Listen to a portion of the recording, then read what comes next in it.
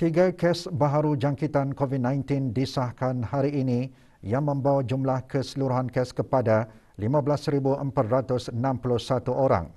Yang berhormat Datuk Seri Setia Dr. Haji Awang Muhammad Isham bin Haji Jaafar, Menteri Kesihatan memaklumkan perkara tersebut semasa sidang media situasi terkini jangkitan COVID-19 di Dewan Alafiah Kementerian Kesihatan.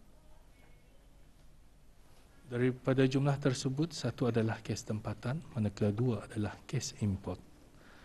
Jumlah kes baru ini adalah hasil daripada 3,018 jumlah ujian makmal yang dilakukan dalam tempoh 24 jam. Oleh itu, kadar kes positif ialah sebanyak 0.1%. Di kalangan kes-kes yang sedang dirawat di Pusat Pengesahan Kebangsaan, tidak ada kes dalam kategori 4 dan satu kes masih dalam kategori 5 yang mana memerlukan bantuan mesin pernafasan dan bantuan mesin tambahan hadlang mesin ataupun ECMO di unit rawatan intensif. 4 kes telah disahkan sembuh yang membawa jumlah kes yang sembuh di negara Brunei Darussalam kepada 15,264 kes. Manakala jumlah kes aktif ialah sebanyak 97 kes. Sementara itu, kadar pengisian di pusat-pusat pengasingan di seluruh negara atau bed occupancy rate ialah sebanyak 2.6%. Menteri Kesihatan turut mengongsikan pencapaian program vaksinasi kebangsaan sehingga 27 Disember 2021.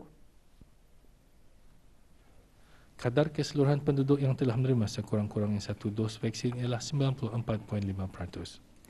Kadar bagi yang telah menerima 2 dos vaksin ialah 93.1%, manakala kadar bagi yang telah menerima 3 dos ialah 16.4%.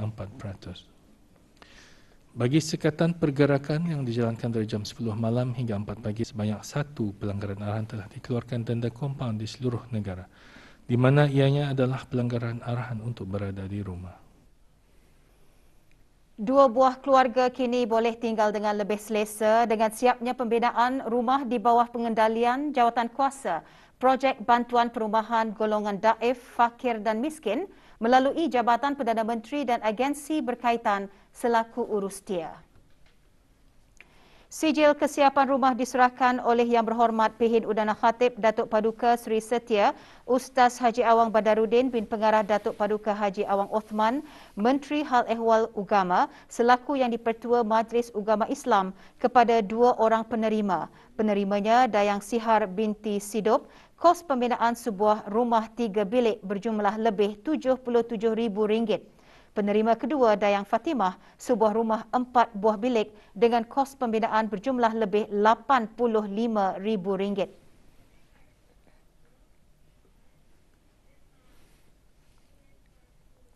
Mangsa kejadian rumah roboh di Kampung Pandai Besi A, daerah Brunei dan Muara baru-baru ini menerima bantuan kewangan melalui peruntukan Jabatan Pembangunan Masyarakat JAPIM, Kementerian Kebudayaan Belia dan Sukan.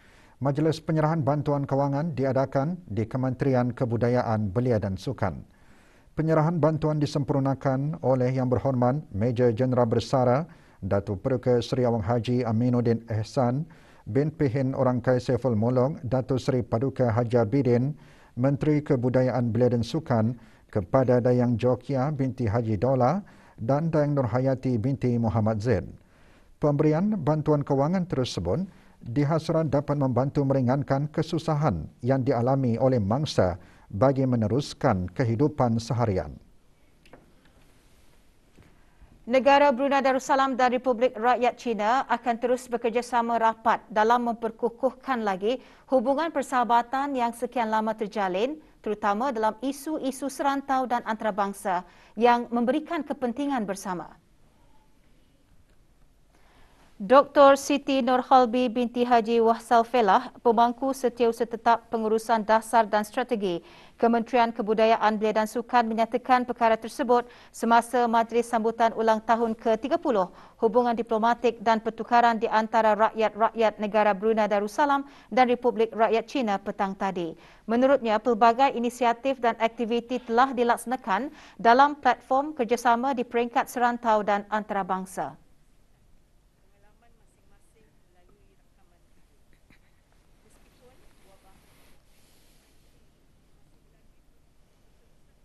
Terdahulu, Puan Yang Terutama Yu Hong, Duta Besar Istimewa dan Mutlak Republik Rakyat China ke negara Brunei Darussalam, antara lain menyatakan bermula dari Januari hingga Oktober tahun ini, perdagangan dua hala telah meningkat semula mencecah 2.37 bilion dolar Amerika Syarikat, melebihi jumlah volume perdagangan tahun 2020 yang mencatatkan rekod tertinggi.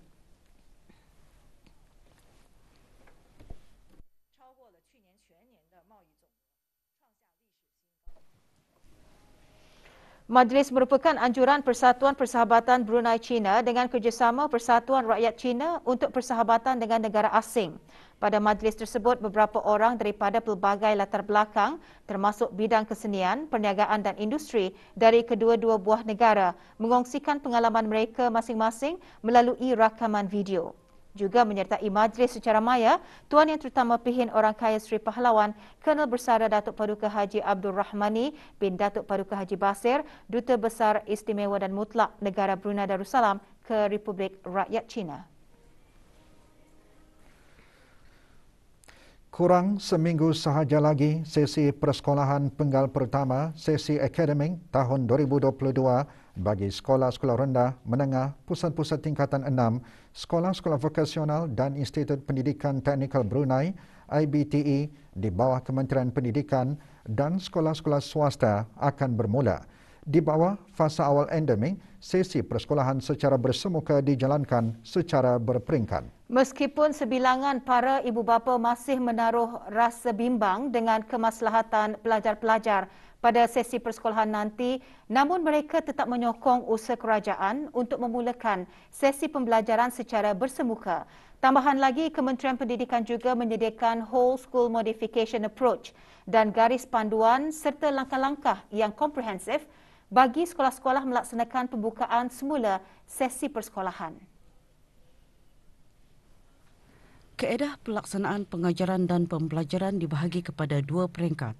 Peringkat pertama bermula pada 3 Januari 2022 dan peringkat kedua pada 17 Januari 2022.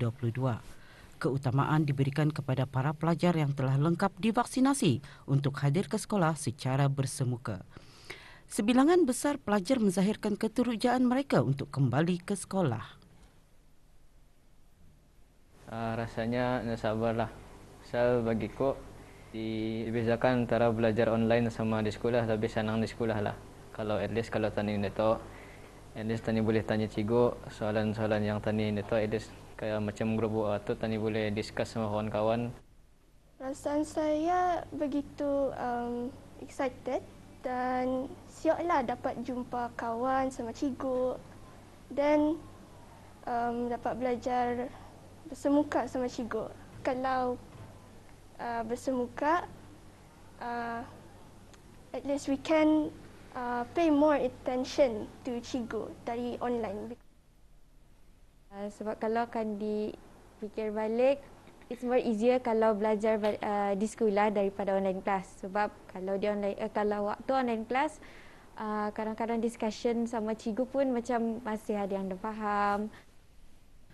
Dengan rutin harian norma baharu, selain persiapan kelengkapan persekolahan, para ibu bapa juga amat menitikberatkan keselamatan anak mereka dengan memberikan kefahaman mengenai garis panduan yang ditetapkan oleh Kementerian Kesihatan dan Kementerian Pendidikan semasa sesi pembelajaran secara bersemuka.